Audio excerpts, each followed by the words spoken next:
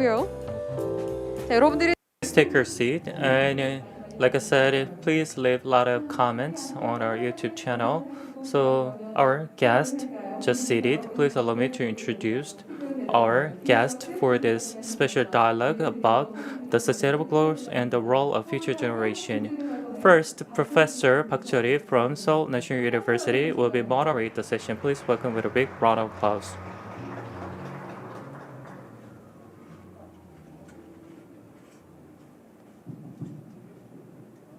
Good afternoon, everybody.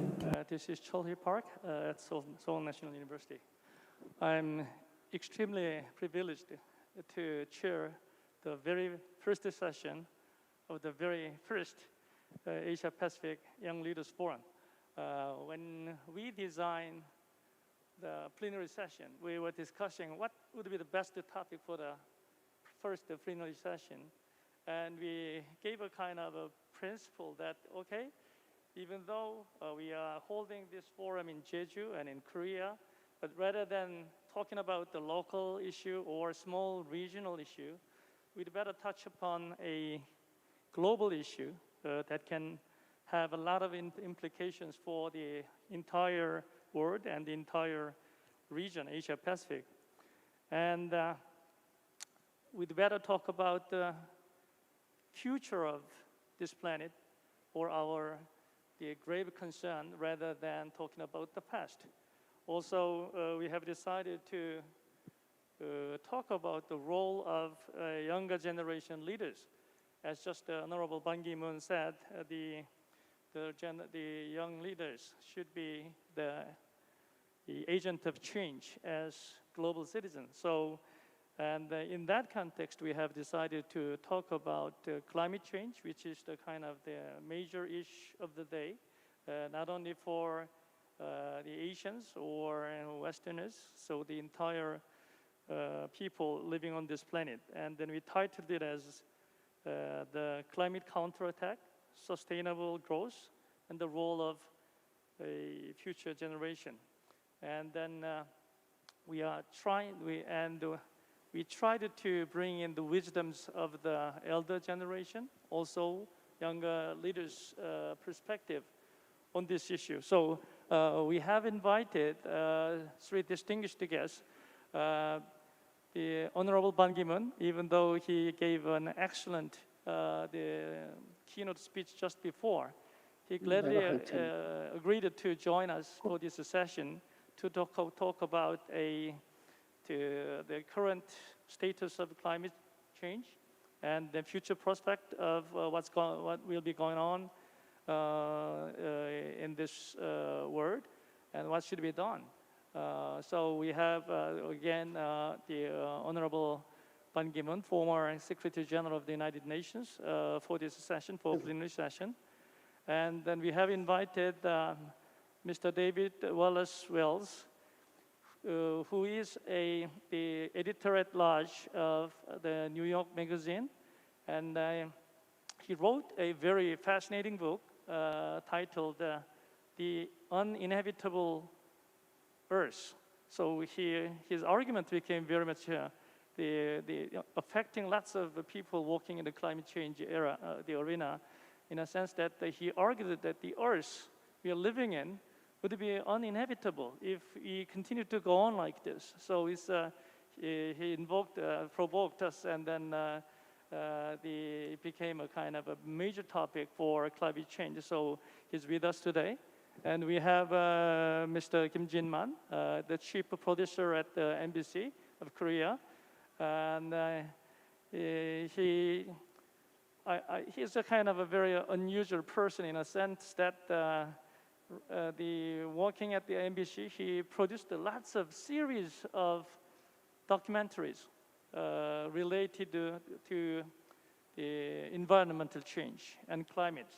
Not only the Tears of Amazon, Tears of Antarctic. You think you like Tears, or why titled it Tears? But Tears of the Antarctic and Tears of Amazon, and I just heard that his wife is also a writer for these things. So I think we have, and I think Mr. Kim will deliver a very lively story about what's going on Earth. So before it is too late, I wanted to invite each of the three panelists for initial remarks for about 10 minutes. Honorable Ban, nice to see you again, even though it's on screen. I wanted to hear from you because you have a long time experience of managing global affairs, especially from your experience as a global leader. You have touched upon this, you emphasized the role of sustainable development of this planet. And for that, the climate change should be properly handled.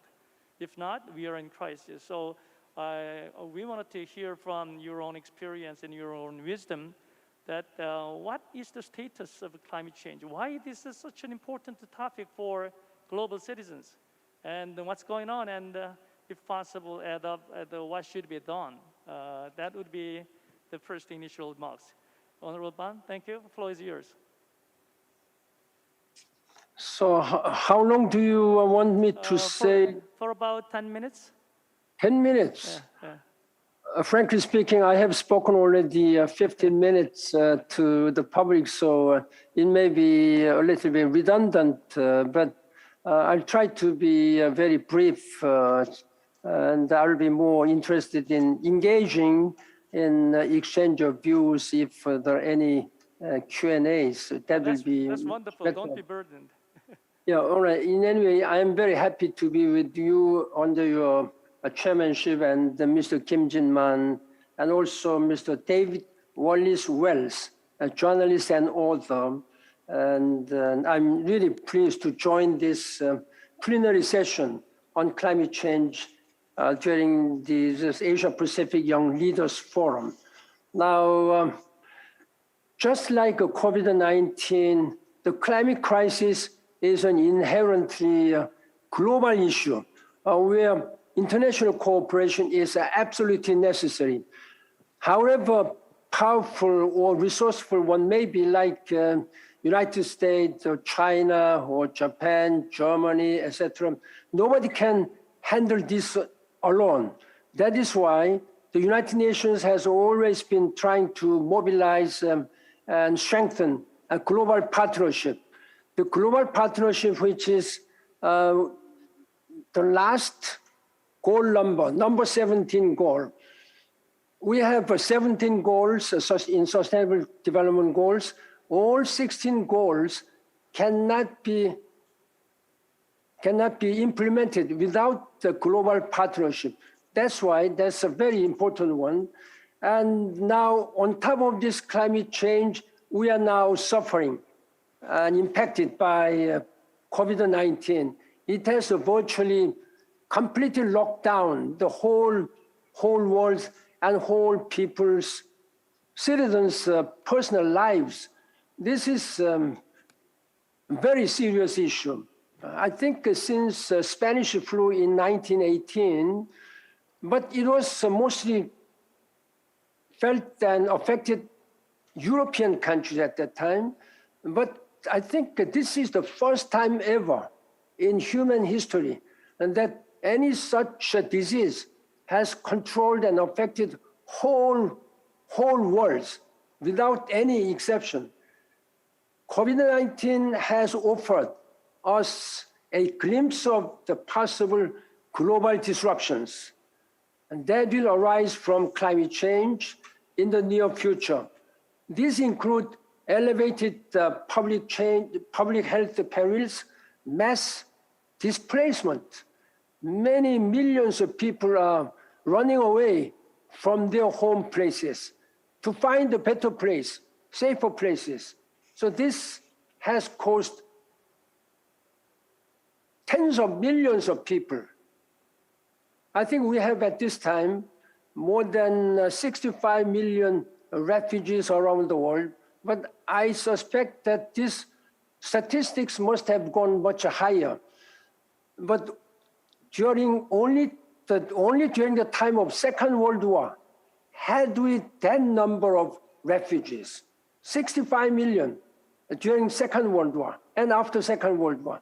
But now we are, practically speaking, in a time of peace.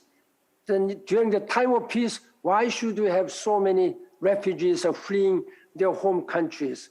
But we should also understand that climate change is here and now. Then why this coronavirus has happened?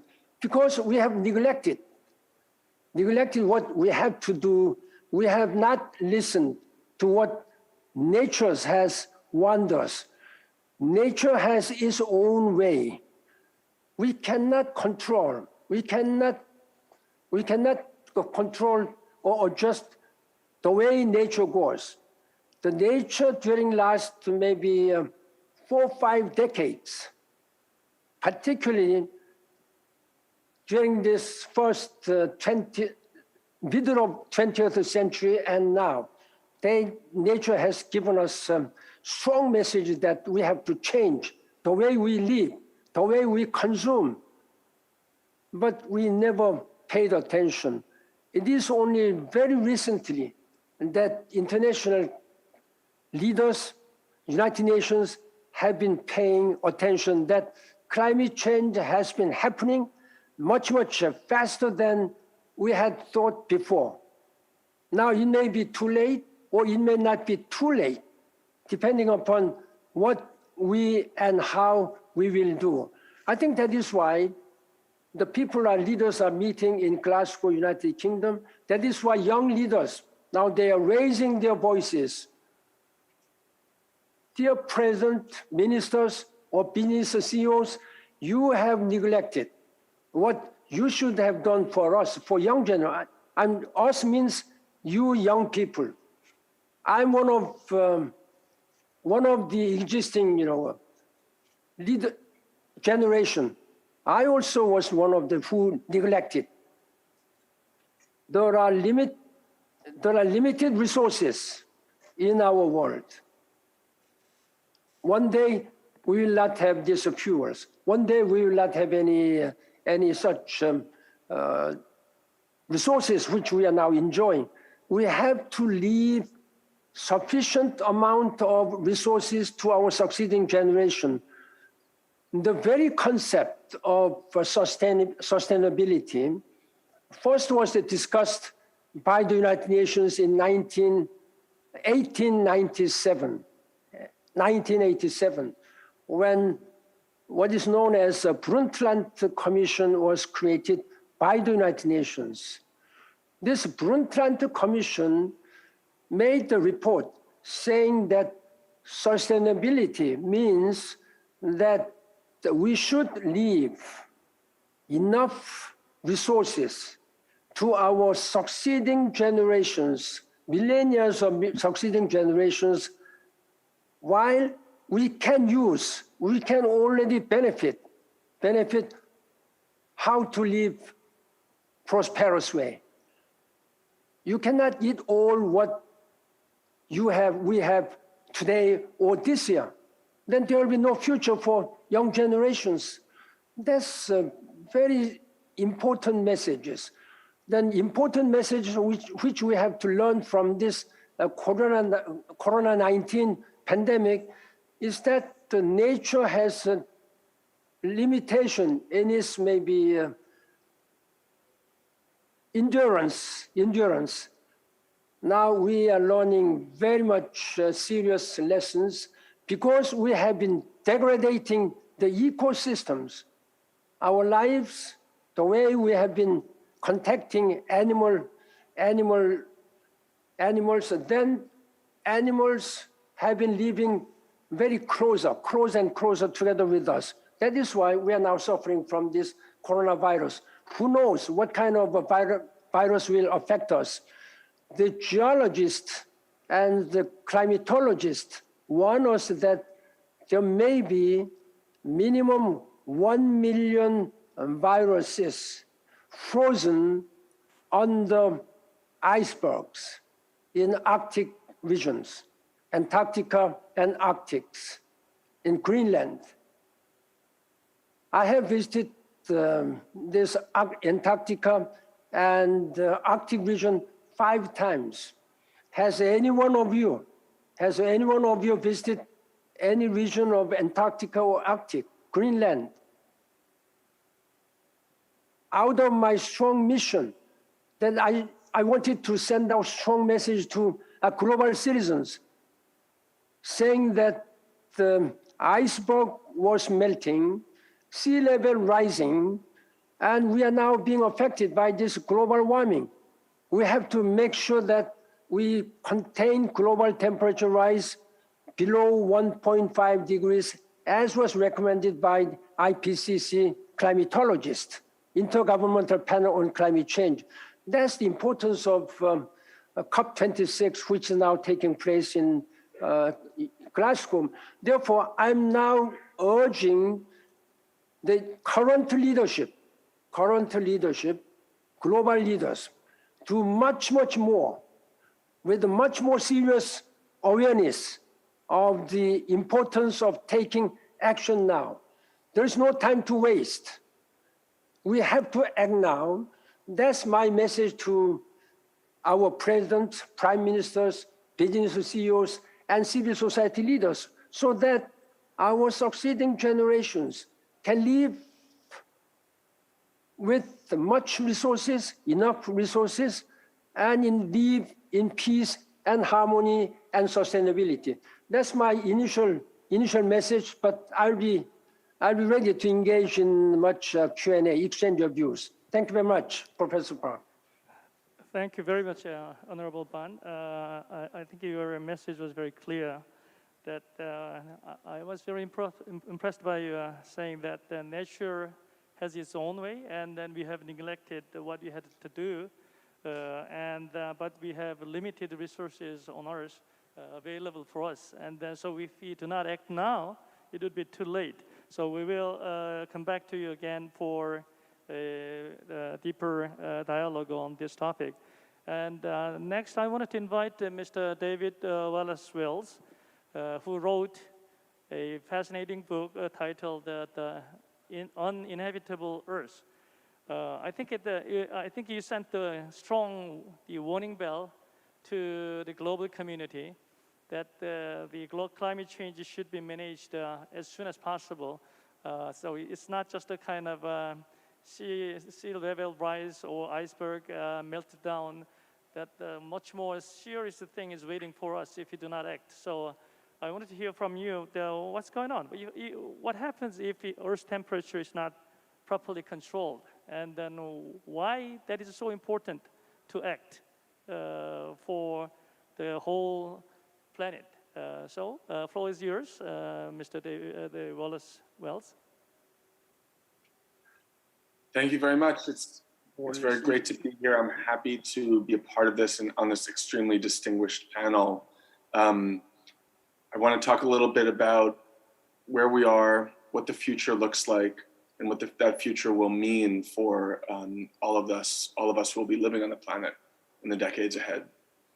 We are about to come out of COP26, the climate conference in Glasgow, and we are still at a climate crisis point. The world is still headed for warming levels 2 degrees Celsius and above, which have long been described as catastrophic. Island nations of the world have called it genocide. African climate diplomats have referred to that much climate change as certain death for our continent. The last few years have seen a lot of progress, at the rhetorical level at least. A global climate awakening has been led by the world's youth climate activists, an unprecedented political movement that has changed the whole landscape of climate possibility. Climate denial is in full retreat.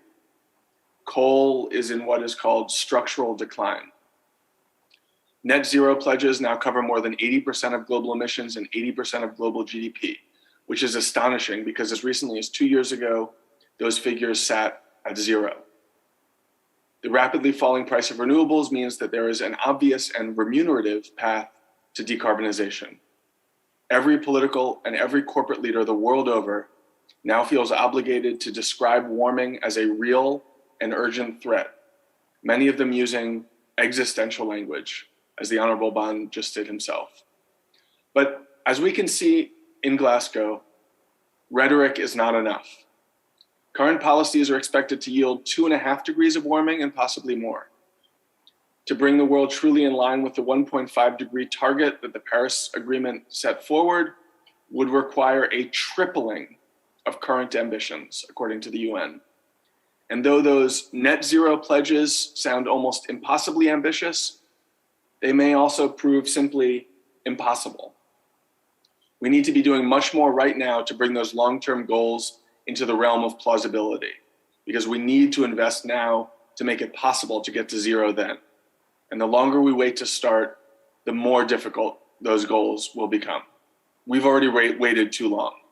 According to the recent IPCC scientific report, in all emission scenarios, including the one designed to limit temperature rise to 1.5 degrees, even in that emission scenario, we will breach that temperature threshold, at least temporarily. And already we can see how badly the world has been damaged at today's warming of 1.3 degrees. Flooding forcing the evacuation of millions throughout Asia, wildfires burning millions of acres and releasing, just this year, more carbon into the atmosphere than the entire United States, the world's second largest emitter. Off the charts extreme events like the Pacific heat dome in the US and Canada, which alarmed scientists who worried that their models didn't think such an extreme was even possible. In other words, the danger doesn't arrive in one fell swoop at 1.51 degrees of warming. We're not safe if we limit warming to 1.49. We are already hotter today than at any point in human history, which means that we've already left behind the climate that gave rise to everything we've ever known as a species, for something much more uncertain, full of fundamental and all-encompassing disturbances to the system we've inherited or built for earlier eras and climates. The impacts will be total, but they will also be discriminatory. And we often talk about that discrimination in generational terms, which I think is especially relevant to all of us today. And those problems are real. As warming grows, the suffering it causes will grow too over time. And it's an especially gruesome irony that while climate leadership is today's strongest among the young, the harshest impacts will be felt by them as well. While we used to think of climate change as a problem of centuries, it had begun in the Industrial Revolution, and it had fallen to us to clean up the mess left behind by our grandparents so that our grandchildren wouldn't have to be dealing with the consequences. We now know that the burdens are much more immediate than that. Half of all of the emissions produced in the entire history of humanity have been produced in just the last 25 years, which means we are doing this damage ourselves, and many of those most responsible are still alive today, often still in power, which means, among many other things, we probably need a generational turnover in leadership, and to have the world's leadership class reflect the moral clarity, on climate at least, which is today embodied only by the world's young. But just as significant as the discriminatory burden of generations, in which the young and future generations will suffer most, is the discriminatory burden of climate and wealth. 80% of emissions are produced by the countries of the G20, and the most intense impacts will be felt by those, especially in sub-Saharan Africa and South Asia, who've done the least damage and have the least resources to respond to climate impacts. This calculus is even clearer when considering historical emissions. It is the rich countries of the world which have engineered this crisis, and the poor countries of the world who will suffer from it. And these two issues of climate discrimination are related: the discrimination against future generations and the discrimination against the poor. Most significant, I think, when considering the future paths for climate is the risk of these two problems intersecting and overlapping. That we both discount future impacts and the impacts hitting the less fortunate. And as a result, do much less than we might if we really took the full humanity of each group seriously. The end result would be a world in which countries like South Korea and the United States would suffer consequences from warming, but relatively small compared to those in the global South, who would be living effectively on a different planet entirely, perhaps with the very possibility of future economic growth and the hope of adapting to intensifying impacts with accumulated resources almost entirely foreclosed. for potentially several billion people on the planet. A whole half Earth burned over, degraded, and desiccated. It would be immoral to let that happen, but also tragic because we don't need to. The opportunity for a much more prosperous, healthy, and equitable future lies before us as well. If we make those really ugly futures happen, it will be because of choices we make today and in the near future. And if we make that happier future happen, it will be because of what we do as well. That future is possible, but only if we enact it ourselves. It won't come true on its own. Thank you very much. I look forward to conversation with you all in a few minutes. Thank you, Mr. Wallace-Wells, and I'll come back to you for another question. And I'm going to invite Mr. Kim Jin-man, and who worked on several wonderful documentaries related to climate change.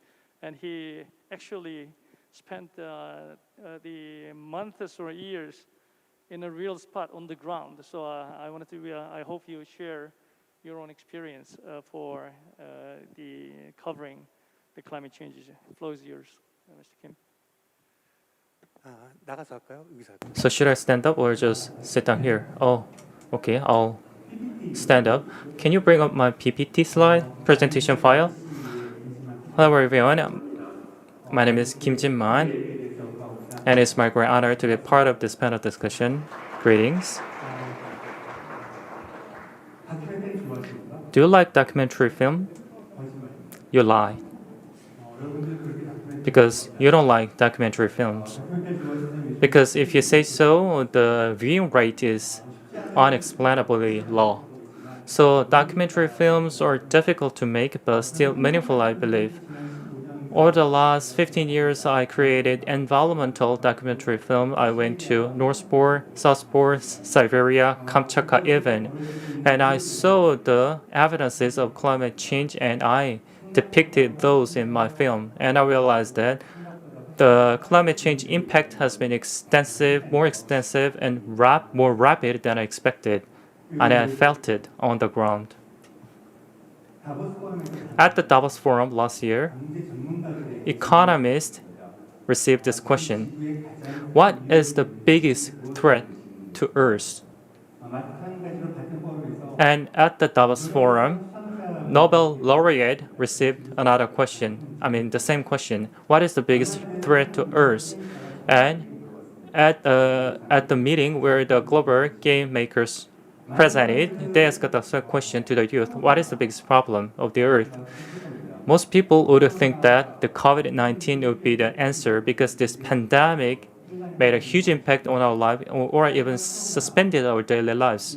However, the answer was not COVID-19. What was the answer? The war? No, it was not a war. Everyone commonly, unequivocally said that climate change is the biggest threat to Earth.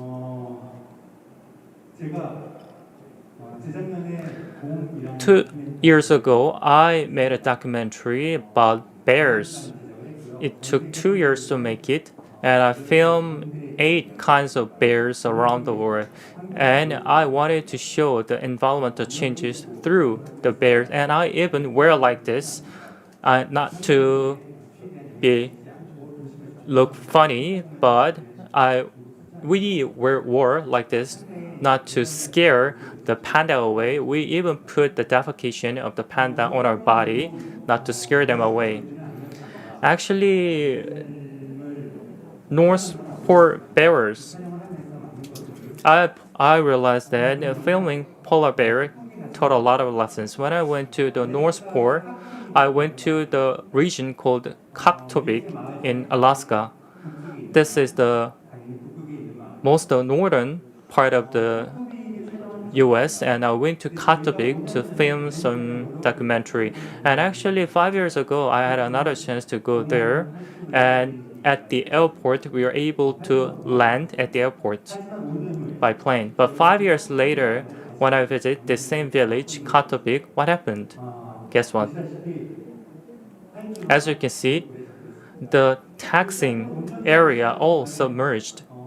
In that 5 short period of time, those taxing lanes used for airplane submerged, which is not usable anymore, so we decided to land on the top of the mountain instead. Polar bears need to eat at least 20 sea lions to survive. So when the sea froze, they go to the northern place to prey on sea lions, but the sea does not frozen anymore. It does not frozen easily. And that means that even if the best swimmer, the polar bears cannot swim anymore or bring their child together to swim across to the other region. So where they need to go. They instead go to the village of Inuit. And they need to ransack this garbage bin to find something to eat at least in that cold winter.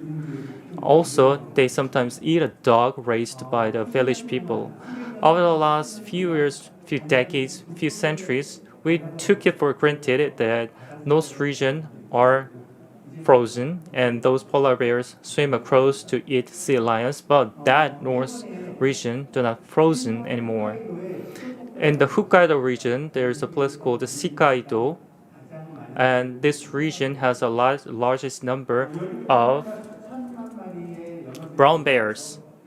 Salmons, thousands of salmons go there in this season, and the brown bears go there to catch salmons, but for some reason salmon do not go there anymore. So that's why many brown bears are starved to death. And these brown bears, which used to be very huge and humongous, looks very skinny nowadays and even died of starving. And in the Russia, Kamchatka region, there is brown bears as well. But the sea level rise and the lake is not exception as well. And brown bears cannot swim in this deep water and they need to eat to each other. So cannibalizing is the only option they have in this case. Actually, early last year, right before the outbreak of COVID-19, I had a chance to go to this region called the Uluru Desert region in Australia. When I went to Australia, I really wanted to see this blue mountain. I have a high expectation about this blue mountain, right western part of the Sydney. When eucalyptus trees are evaporated, it creates a blue color. That's why the whole mountain looks blue. However, I was not able to see any blue aspect of the mountain, not single day, because of the wildfire. For many months, because of the wildfire, many trees were burnt. Many people said, of course, if you have a wildfire, that happens always. That is just the natural things you will see as you live. But this is not just a fire. It's much different from those we saw in the past. Climate change, of course, causes global warming, and that means that the trees are getting drier and drier, which can be a source of fire much more. And this is not just fire, but just a mega fire, which cannot be extinguished in just a month or even in 4 months. These mega fires killed massive number of animals. Sangaring Island is located in the southern part of Australia. This is an island heaven for koala and kangaroo, but most of these animals were killed because of this mega fire. According to one statistics, because of this wildfire in Australia, almost 0.1 billion animals were killed.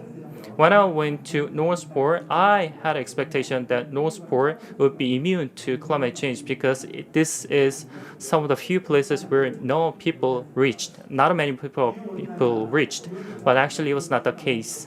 Climate change damaged the North Pole the most. North Pole, South Pole were heavily impacted by the climate change as well. We went to this Betcher Bice Island in North Pole, and there are around 10,000 Adelie penguins babies. However, only 10 out of 10,000 survived. 990 babies were killed because of the iceberg shattered and blocked the road. Their parents had to swim across the ocean to catch some fishes for their children, but because of those huge iceberg blocks, they were not able to get anything for their kids.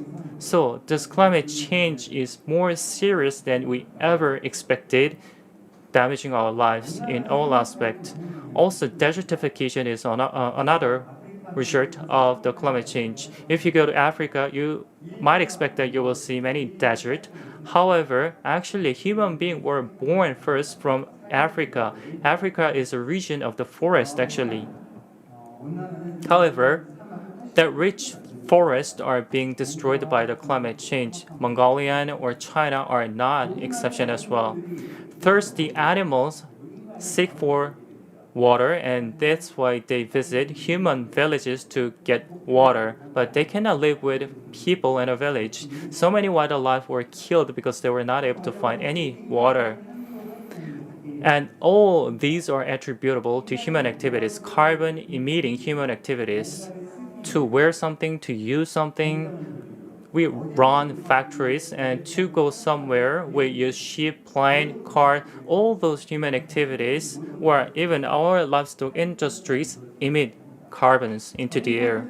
Some scholars even said that when the temperature rises, carbons, of course, rises as well. This has nothing to do with human activities, according to some, but actually that is not the case. After the industrialization, our carbon emission has good correlationship with the increase of the temperature. Because of the COVID-19 last year, human activities kind of stopped, factories stopped, and human travel were very much limited. And what happened because of COVID-19? The bears, once almost extinct in Spain, returned, and coyotes and wild dogs returned. I filmed Han River and Donggang River. I never see any rivers cleaner than before. The visibility was beyond my imagination. And these all carbon emission happened because of human activities, and these are testified to it. So, does it only impact the animals? Actually, no. It impacts human beings as well. Kiribati, Tuvalu, these island countries in the past were not able to cross to the other island during the high tide time. These are people of environmental refugee, but they cannot go to other places because they are not accepted by any other countries. California, other fertile regions are having also troubles because of the climate change. For example, storm, flood, frequent flood and storm even made the grain prices soared. Unlike the past, actually in the past we were able to produce a lot of different crops in a small land, but that is not possible because once it is impacted by the climate change, the prices of those grains will skyrocket. So this is not just a problem of animals, but a problem of whole human beings. And actually, we are seeing some impact of it these days. It will impact your country, my country. If you haven't felt it, you will feel sooner or later. So what I want to empathize today is that we need to accept the discomfort. Less consumption, sharing should be the part of this discomfort lifestyle. You don't need to replace your car or cell phone just because you want to brag to the others. Every year you buy so many clothes because on average you wear less than 8 times per clothes. But we are producing more than 800 million clothes every year. So if you're willing to accept this discomfort lifestyle, I believe that we'll finally find a hint of overcoming climate change. When I filmed the bear documentary, I filmed this bear called Moon Bear number 52. In the past, Korea realized that moon bears are almost extinct, so we decided to run a program to increase the number of the population of moon bears. However, some bears are still killed because of the snares. Snares traps them, their body, arms, and limbs, and the Ministry of Environment reported this case, and we were dispatched to this region to save the moon bear. And as you can see, because of the snare, it suffocated the moon bear too much. Even some bones of the moon bear were broken down into pieces because of the snare. So we did the operation and we cut the left leg. And experts said that this bear cannot be released because it has only 3 legs. And for the next 20 years, the bear has no option but to live in a very small cage. As you can see here, 1 leg was cut, but surprisingly, with just 3 legs, the bear found a way to climb up the tree, which was not expected by even experts. If a bear can climb up the bear, this is a female bear, and they can get away from very dangerous male bears who can be very endangering and can find a way to eat something up in the trees. So the Ministry of Environment decided to release the bear because instead of living in a small cage for 20 years, it is better for the bear to be released. So the Ministry of Environment decided to give him a chance, give her a chance. And finally, we found that this little bear grow up and became pregnant and have this 2 baby. Actually, bear have a phenomenon called delayed implantation. So when a bear pregnant, the baby is just not born right away. They are delayed until the bear itself find a safe place to do a labor. So they finally reached that moment and gave a birth to these 2 babies. And if you want to know the detailed story of it, please visit our website and see the video. So what I want to say is that our environment or nature has a strong recovery power. As the keynote speaker, Secretary General said, of course we have a limitation. However, environment itself has miraculous recovery power, stronger than we expected. So we need to give this chance to environment to be recovered. All we need to do is to accept the discomfort lifestyle. And I realized that once again by seeing this moon bear number 52. What I want to say to the youth is that, of course, we're saying a lot. Our older generation are kind of shifting the burden to the younger generation. I'm sorry, but I have to tell you that this is your burden to take. Of course, we need to, like I said, accept that discomfort lifestyle. And our younger generation actually are working hard to give some goods to the society and economy, and they are willing to spend more for the goods of the society and economy. However, what I want to say is that environment is not just the things that need to be safeguarded, but actually it can be an opportunity to the youth as well, because we have a carbon trading system. Each country has their own. Can you be more concise, actually? So because of this carbon trading system, each country has carbon credits. So that's why they need to store and capture the carbons to earn some profits. By using this kind of schemes, you can be more richer than Elon Musk. This concludes my presentation. Thank you. Okay, thank you for a nice presentation. We are running out of time, but I have to ask a few questions to each panelist.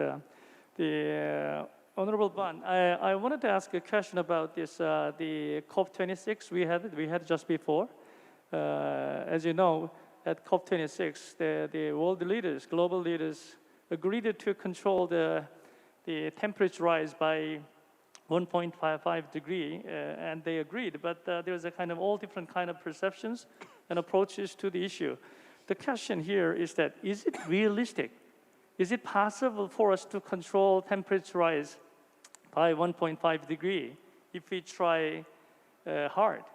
And then as we don't have time, I just wanted to ask a question that what should be done by the young leaders? You focused on the role of women and then the young people.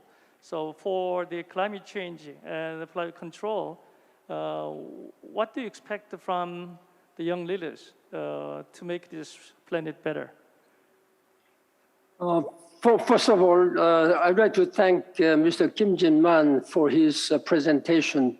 I'm glad that he had been able to visit Antarctica and Arctic region, covering all this, what is really happening on the place. And that's what I noticed myself. And it was very convincing, very frightening. And I hope the participants and many people will learn from his presentation. Thank you very much for your commitment now. About this keeping 1.5 degrees, that is a really challenging target. But there is no other way, no other option but to keep this recommendation by the most of the world's climatologists. When we were negotiating for Paris Climate Change Agreement, then we normally talked about 2 degrees maximum. Even President Obama, Angela Merkel of Germany, and European Union, they were not supporting 1.5 degrees. But there were a lot of pushback and appeal from the many developing countries, particularly climate vulnerable countries. All those islands are sinking, and the most vulnerable countries, they were crying. Virtually, they were crying in front of the world leaders when we were negotiating in a small room. But they were firm. We cannot go beyond 2.0 degrees. So that's the agreement. But finally, the leaders advised the scientists to carefully consider the 1.5 degrees. So in 2018, here in Songdo, in Korea, the IPCC convened an emergency meeting, and they recommended to the world's leaders that we have to keep 1.5 degrees, no higher than that.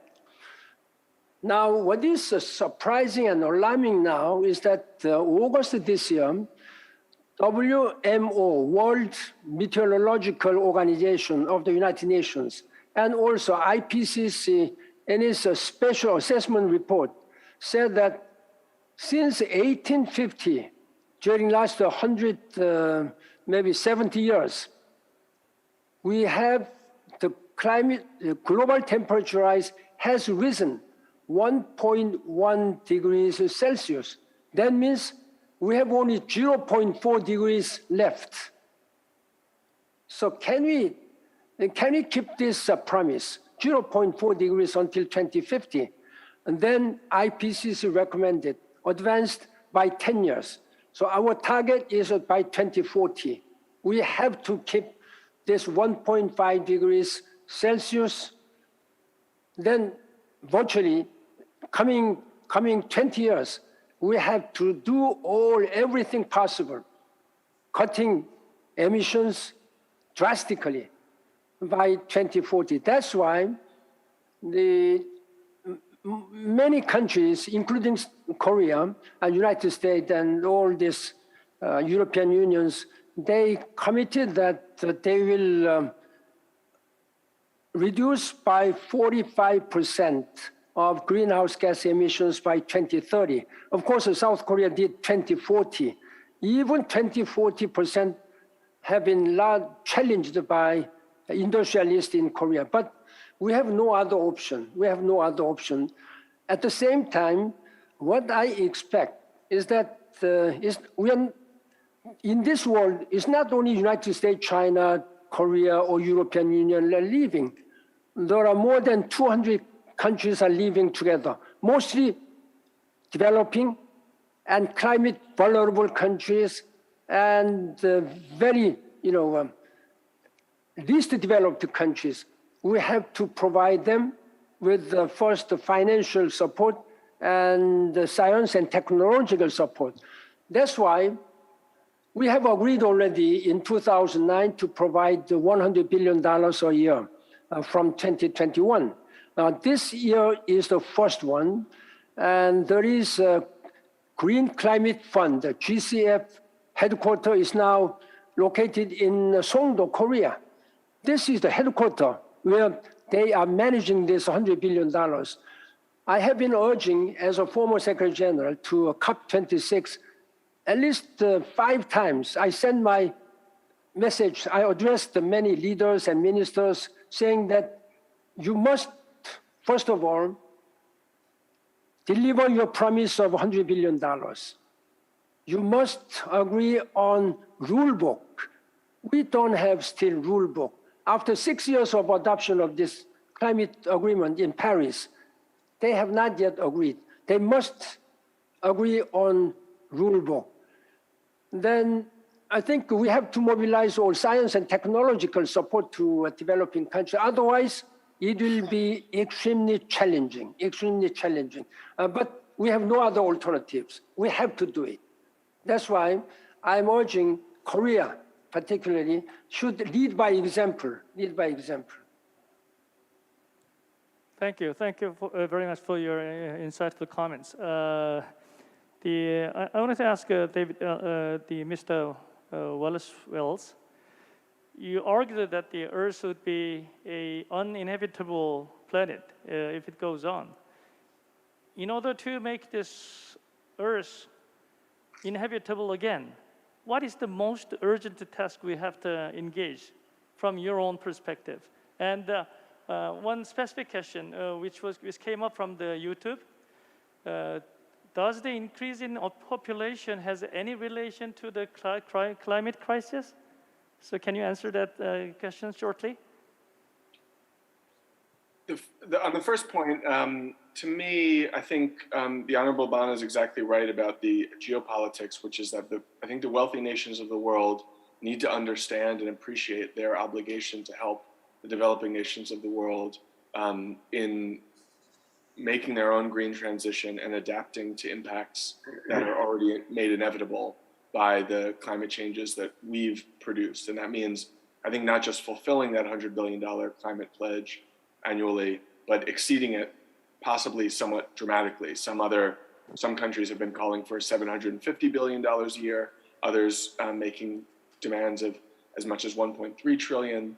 I do think that there is going to need to be an enormous amount of support from the rich countries of the world to the south. That adaptation, that resilience will allow for some more comfortable living in a world that is defined by significant warming. But in order to limit the amount of warming, ultimately, I think the most important work to do is the obvious work, which is to say, to decarbonize, in particular, our electricity, power, and transportation systems. And I say that I would focus on those in particular because those are both the things that we know how to decarbonize. We have the technology today that we need to do it. We don't need moonshot technology or future R&D. We can do it using the tools we have right now and can do it largely affordably. 90% of the world is now living in places where new renewable energy would be cheaper than new dirty energy. We should make those places run on renewable power. We need to stop subsidizing the fossil fuel business. The IMF suggests that when you account for the environmental damage of burning fossil fuels, globally we're subsidizing the fossil fuel business $5 trillion a year. If we were simply to redirect that money towards a green transition, we'd be in a very, very good place already.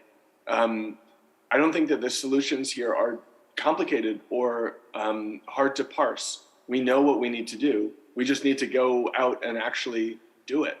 On the question of population growth, at the moment, every new life on this planet walks the earth with carbon footprints, which means when there is more population, carbon consumption is higher. But there's a huge difference between a new life in a place like the United States and a new life in a place like Mali or Chad, where a new life means hardly any additional carbon emissions. I think we should keep that in mind.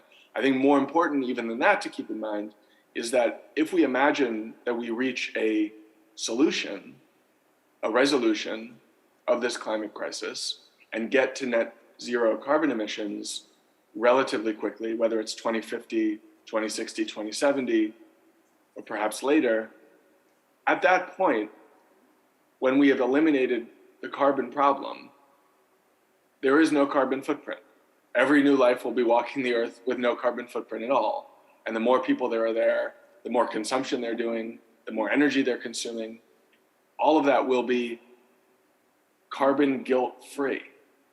I think the most important thing is to get us as quickly to that future as we possibly can, rather than worrying about the particular risks or burdens associated with additional life. I would like to imagine that we can design and engineer a future that is supportive of more human life, more human flourishing than the world that we have today, rather than having to contemplate the possibility that we've already exceeded our capacity and need to rein things in. I think that future is possible, and it's incumbent on all of us, especially the world's young, to really make it happen over the decades ahead. Okay, I'll ask you a question to Mr. Kim in Korean. 시간이 얼마 안 남았는데요. We don't have much time, but at the last part of your presentation, the message was very strong. The Earth is more resilient than you expect, and the same goes to the animals in the nature. So you gave us a message, especially to the youth, that the climate change is not just a threat, but can be an opportunity to the youth as well. But actually, what kind of opportunities are you thinking of? What kind of opportunities will be generated? Actually, I'm not an engineer or a scientist, but when I talk with many people from all walks of life,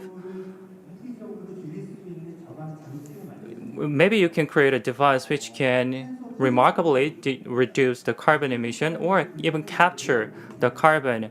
The trees are burning because of the wildfire, and that is problem because these are nature's sink. So without the forest, we have less and less sink because the forests are capable of capturing a huge amount of carbons. So that means that you need to create artificial devices which can capture the carbon as much as those natural sinks. So that's why the youth can find an opportunity by creating a new businesses or a new device by creating a technology of carbon capture and storage. So that kind of thing can be one opportunity for the youth. I mean, engineering opportunity, I believe. If you are interested in a climate control and then controlling temperature and other things, I think I encourage all the citizens to come to Jeju Island to enjoy the beauty of nature and then environmental protection. Even though time is running up, I just wanted to give a moment to the Honorable Ban. Yes, thank you very much, Professor Park. I just forgot to answer to your second part of the question. What is the message to a young generation? Because this is, after all, we are talking about young generation's future. Now, my message to young generation is that the most effective way of instilling change on the climate crisis is by supporting and voting for the political leaders or local political leaders, make clear to them and that they have to do all what they need to do as political leaders of this era. There are individual actions also you may take. For example, you can cycle and take public transportation rather than using all these cars, and make sure that you are reducing and reusing, recycling, and learn more about the stark emissions implications of certain sectors such as fast fashion and quick shipping, etc. So my message to you finally is that raise your voice. Make sure that your leaders, local community leaders or political leaders in the central government, that tell them, please leave this planet Earth sustainable, environmentally friendly. This is the place where I and my succeeding generations will live. So that is, I think you can really make sure that they have to bear political and moral responsibility to make this world sustainable and environmentally friendly. I understand that the Earth has some resilience. Everybody has resilience too, but there may be a limit if we continue, if we do not change our lifestyle. So government and business leaders and civil society should work together in tripartite partnership. That's my message to young people. Thank you very much. Thank you, Honorable Ban, for your wonderful and a very insightful message to the young generation. We had a very exciting discussion. Because of that, the session has been delayed a little bit. I'm sorry for that. But I wanted to thank all the panelists and presenters, especially Honorable Ban. I'm very happy to see you to the last moment of this session, despite your very busy schedule. And thank you for the audiences on the floor and online. So I hope you enjoy the remaining sessions at the Asia Pacific Young Leaders Forum. Thank you. Give a big applause.